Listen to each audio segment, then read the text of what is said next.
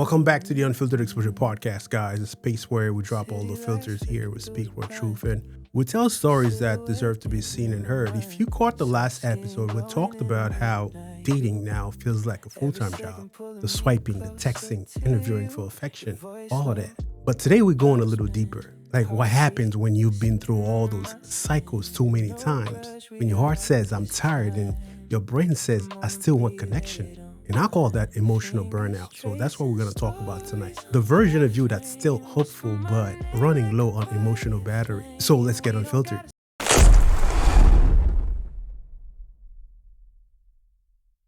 So let's unpack what emotional burnout looks like in dating nowadays, where it starts, how to recharge without losing yourself in the process. You know what's crazy? Emotional burnout isn't something you can see in someone. It's something you feel in the silence between messages, in the way you hesitate to open your heart again. It's that moment that you stop trying to make it work with new people. And the funny thing is, it's not because that you don't care. It's simply because that you're scared to care again. You know, most people, they don't realize it. They assume they're falling off, losing interest, moving on, when really they're just protecting themselves from disappointment fatigue. Think of it like a cell phone, right? That stays on low battery mode all day. It still works, but every move drains it faster. That's where many of us live emotionally now. And here's the thing. Once you hit burnout, your dating habits change. You start playing defense instead of offense. You keep conversations surface level, avoid emotional depth, and choose situationships over real relationships because they feel safer.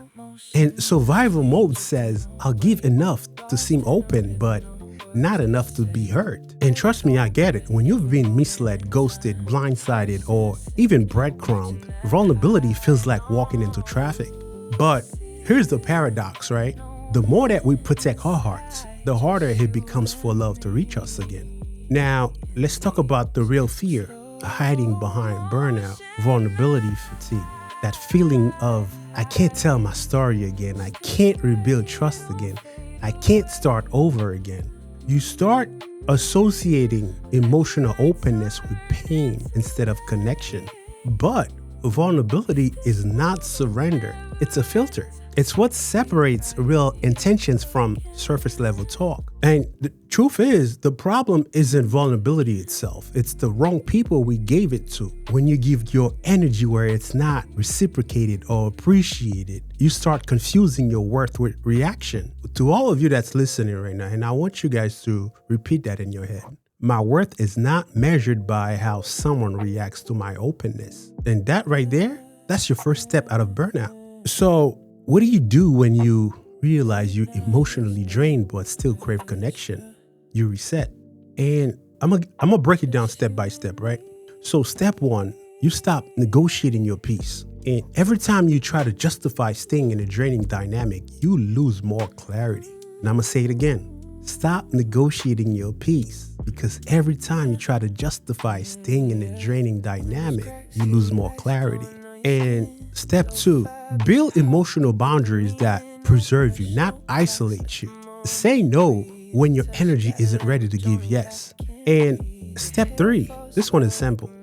Just redirect the same energy you pour into others back into yourself. And that could mean therapy, journaling, community time, or even moments of silence. Whatever helps you feel yourself again, because real love doesn't find you when you're drained. It finds you when you balance. So slow down before you show up. So let's end on this one. Emotional burnout is not the end of your story. It's just a chapter that teaches you how much your peace matters.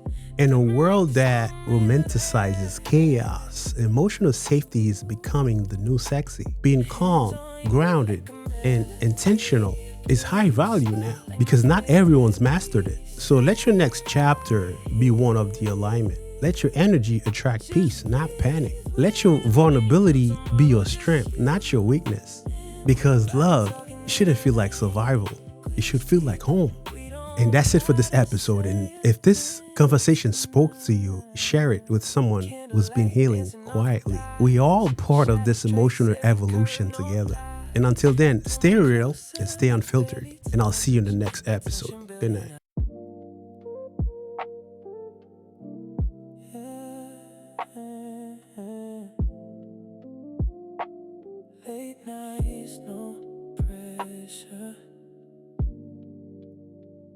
just you and me.